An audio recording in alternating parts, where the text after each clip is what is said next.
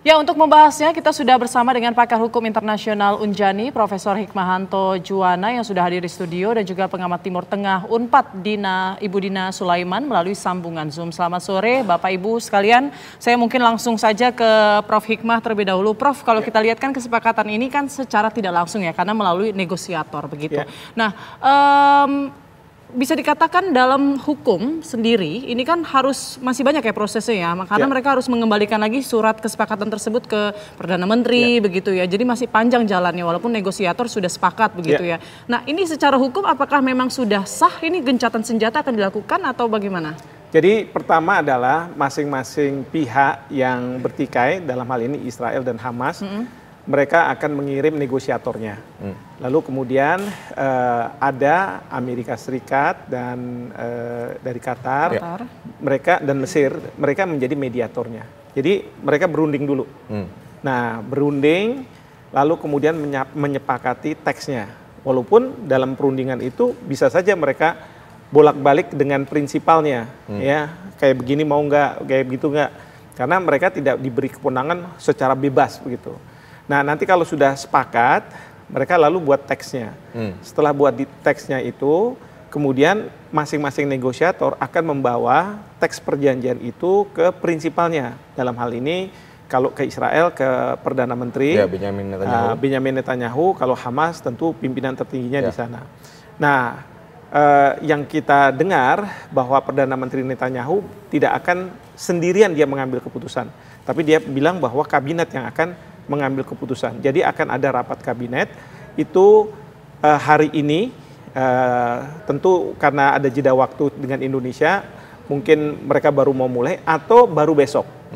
Nah, kalau misalnya mereka sudah oke, setuju, dan kemudian dari pihak Hamas juga sudah setuju, maka disampaikan bahwa oke, kami setuju. Dan mulai gencatan senjatanya itu disepakati di situ, baru hari Minggu jam 00.00. Tapi sejauh ini Perdana Menteri Netanyahu kabarnya masih belum menerima ya soal kesepakatan ini? Belum, karena sekarang ini di Israel sendiri kabinetnya bergolak. Karena ada menteri yang sangat kanan, sayap kanan itu, mereka mengatakan, tadi kan sudah Menteri Keamanan ya, yang mengatakan bahwa pokoknya kalau ini ditandatangani, saya keluar dari kabinet. Dan ini karena partai koalisi yang ada di pemerintahan Netanyahu ini, maka menteri-menteri itu akan lihat reaksi dari konstituennya, lihat reaksi dari masyarakatnya, apakah mendukung atau tidak mendukung. Kalau tidak mendukung, bisa saja mereka mengatakan enggak, kita nggak jadi. Kalau nggak jadi ya artinya ya gagal. Ya. Dan kalau gagal, Trump sudah menjanjikan tanggal 20 Januari, karena pada waktu pelantikan Trump itu tanggal 20 Januari, saya akan habisi katanya. Dan pastikan bahwa Sandra harus dibebaskan dari Hamas. Ya, saya ingin ke Mbak Dina Sulaiman. Mbak Dina, ini kan kalau kita lihat setelah diumumkan serangan dari Israel ini tidak berhenti ya. Ada 88 warga Gaza yang tewas dan 136 yang terluka. Anda melihatnya seperti apa? Apakah gencatan senjata ini benar-benar akan terjadi atau justru akan gagal seperti gencatan senjata pada bulan November? Ya, kalau melihat track recordnya Israel selama ini, baik terkait dengan Lebanon yang gencatan senjata 27 November 2024 kan terus-menerus ini ya dilanggar oleh Israel. Ada lebih dari 500 serangan yang dilakukan oleh Israel ke desa-desa dan kota-kota di Lebanon Selatan. Tapi juga terkait Palestina, selama ini juga kan Israel tuh sudah berkali-kali ya membombardir Gaza, misalnya di tahun 2014. Nah, itu juga dihentikan dengan gencatan senjata, tapi Israel masih terus saja melakukan serangan bom ke Gaza. Jadi saya sendiri pesimis ya bahwa Israel akan menaati isi perjanjian gencatan senjata yang dimediasi oleh Qatar ini. Apalagi kalau dari poin-poinnya yang saya dapatkan dari media-media Timur Tengah itu sangat menguntungkan Palestina sesuai dengan yang diinginkan oleh pihak Palestina selama ini. Misalnya dibukanya pintu Rafah, diizinkan masuk ini ya bantuan-bantuan kemanusiaan sampai 600 truk per hari. Kemudian juga ditarik mundurnya seluruh tentara Israel dari Gaza. Jadi kan ini memang sesuai yang diinginkan oleh pihak Palestina. Makanya kalau dari pihak Palestina itu baik Hamas, PIG, PFLP, dan faksi-faksi lainnya di Palestina, di Gaza itu menyatakan menyambut baik gencatan senjata ini. Nah, yang mengulur-ulur waktu kan malah pihak Israel ya, dengan misalnya masih belum juga melakukan sidang untuk menerima gencatan senjata ini, sidang kabinet. Nah, ini menunjukkan bahwa sepertinya tidak ada itikat baik dari pihak Israel ya, hanya menunda-nunda waktu karena memang tekanan internasional terhadap Israel sangat keras, juga apalagi Amerika Serikat juga sedang terjepit juga ya, Biden mau habis masa jabatannya dan Trump akan terpilih, sehingga buat Biden ini butuh legacy ya, butuh nama baik kalau dia meninggalkan kursi kepresidenan dalam kondisi seperti ini, tentu dia akan dicatat sebagai presiden yang gagal menciptakan perdamaian di Timur Tengah yang terlihat sangat lemah dan tunduk pada Israel. Oke, artinya bisa dikatakan ini gencatan senjata sementara atau bahkan tidak terwujud sama sekali ini ya Mbak Dina. Tapi kita pantau dulu lah Mbak Dina dan juga Prof. Hikmah, bagaimana kondisi di Gaza Palestina saat ini pasca pengumuman gencatan senjata antara Israel dengan Hamas. Dan kita sudah bergabung dengan relawan Mercy yang berada di Gaza, ada Marisa. Silahkan Marisa.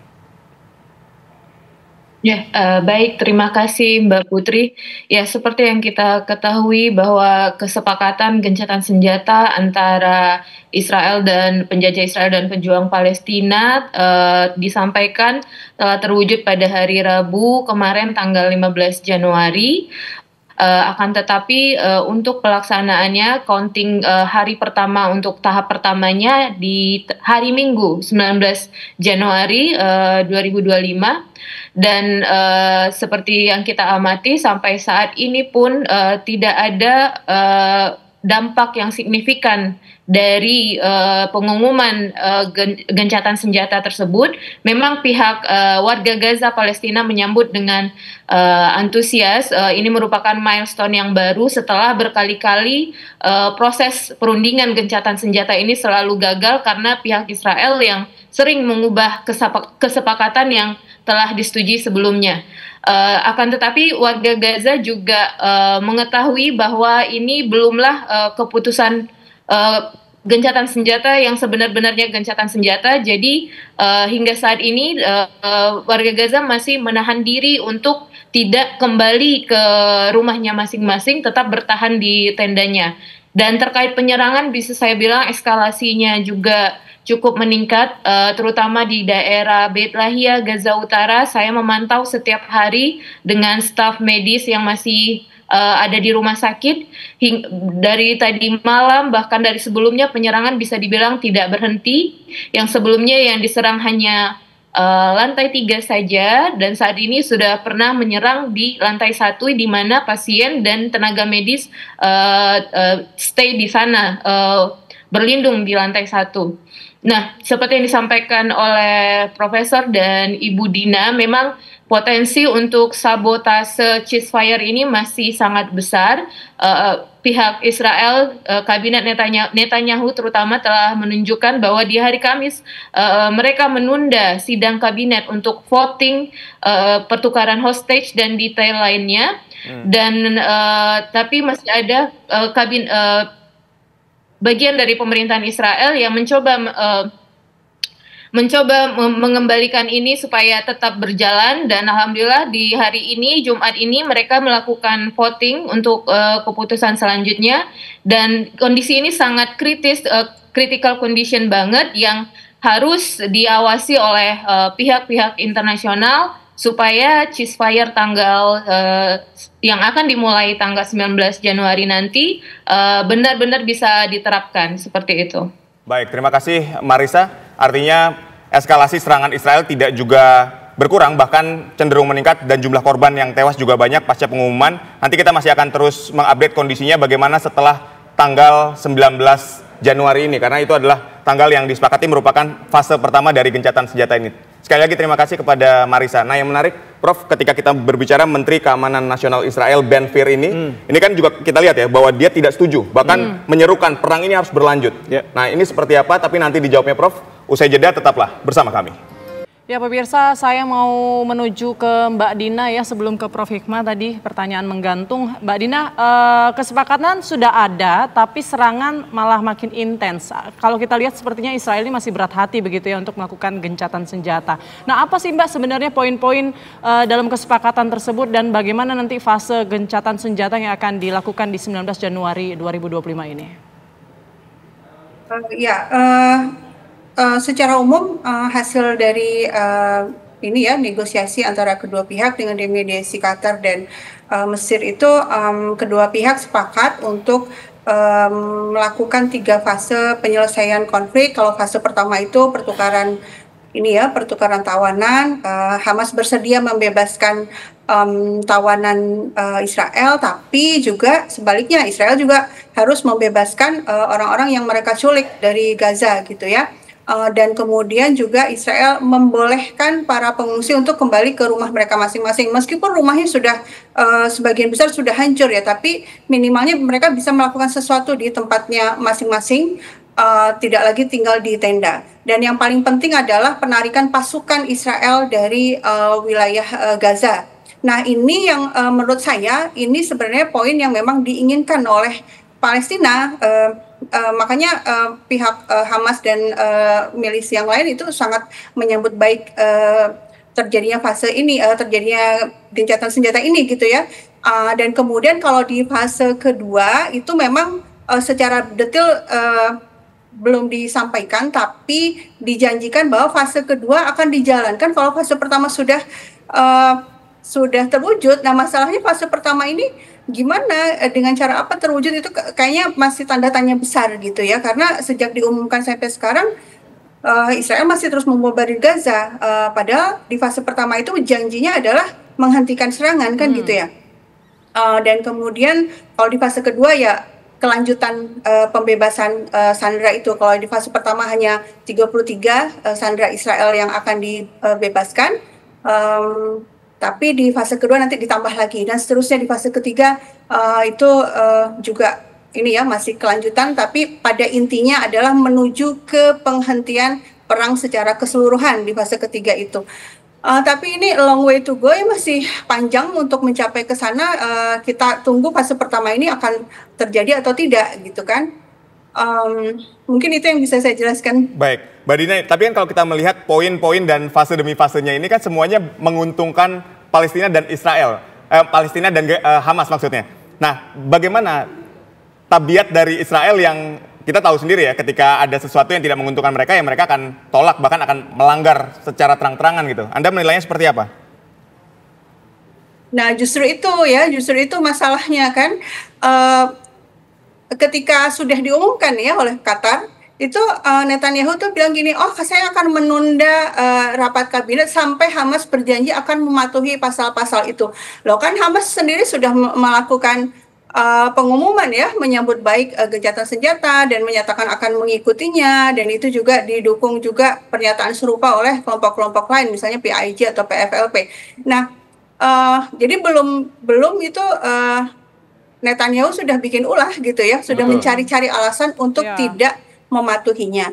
Dan mungkin perlu saya tambahkan juga bahwa selain yang tadi saya sebutkan, kalau dari sisi ini sendiri ya, dari media-media anti mainstream ya, misalnya media dari Lebanon itu mereka mendapatkan full lengkap isi pasal per pasal itu jauh lebih ini lagi ya, jauh lebih menguntungkan lagi daripada yang banyak tersebar. Misalnya yang itu ya 600 truk boleh masuk setiap hari, terus kemudian tenda-tenda akan disuplai sebanyak-banyaknya ke Gaza, dan penjara-penjara Israel dikosongkan dari perempuan dan anak-anak Palestina. Artinya itu kan pembebasan besar-besaran orang-orang Palestina, tapi ini tidak banyak diekspos dan belum Netanyahu menyatakan ini Hamas yang belum tentu menaati gitu ya. Jadi saya terus terang melihat track recordnya Israel ya pesimis ya, melihat kelangsungan dari gencatan senjata ini. Tentu kita tetap mendoakan agar betul-betul terwujud tentu saja ya, agar orang-orang Palestina tidak lagi menjadi korban genosida seperti selama 15 bulan terakhir ini. Baik. Nah, Prof. Ini kan kita lihat ya, Mbak Dina pesimis nih ngelihat track record dari Israel sendiri. Apalagi kita tambah bahwa Menteri Keamanan Israel Ben-Gvir ini menolak dan bahkan dengan tegas ya mengatakan bahwa perangnya terus berlanjut. Nah, Anda melihatnya seperti apa? Saya melihat gini, ini faktor Amerika nih yang kita harus lihat, dan ini penting karena apa? Amerika menjadi mediator itu ada dua tim, timnya Joe Biden dan timnya Donald Trump. Ya.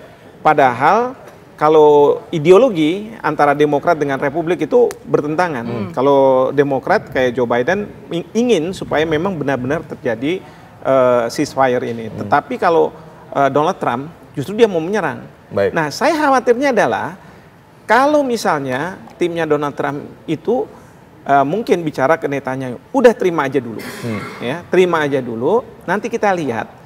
Dalam perjalanannya, mudah-mudahan Hamas melanggar. Kalau Hamas melanggar, Amerika punya alasan untuk masuk ke sana, membantu Israel. Dijanjikan seperti itu untuk apa? Membebaskan sandera-sandera itu.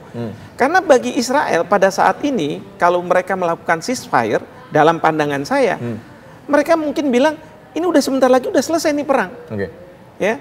Cuman masalahnya cercaan dari dunia saja, tapi sebentar lagi sudah selesai. Hamas sudah akan selesai sama kita, ya. Karena keinginan dari Israel, dari Netanyahu, memang sandera harus dibebaskan. Yang kedua, menghabisi Hamas, termasuk anak-anak yang suatu hari nanti bisa menjadi pejuang Hamas, perempuan-perempuan yang bisa melahirkan anak-anak yang akan menjadi Hamas, begitu kan? Dan yang ketiga, menguasai Gaza seperti di tepi barat, ya, oleh Israel. Jadi dengan demikian sampai kapanpun tidak akan lagi terjadi serangan-serangan dari Gaza ke Israel.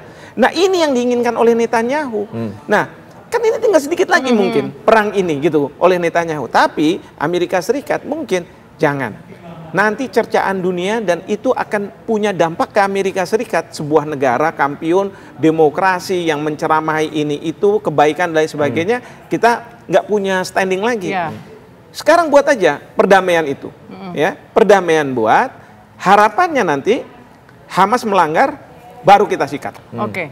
Jadi itu caranya Amerika Serikat masuk. Itu kalau Hamas yang melanggar. Bagaimana kalau Israel yang mengingkari kesepakatan ini? Apa yang perlu diantisipasi? Ya, yang pasti kalau Israel dia akan mencoba untuk tidak mengingkari. Kan ini sekarang ada fase yang pertama ini kan 6 minggu, ya kan 6 minggu ini dia bertahan aja dulu nih, jangan melakukan apa-apa. Harapannya adalah nanti dari pihak Hamas justru yang dia akan mengingkari.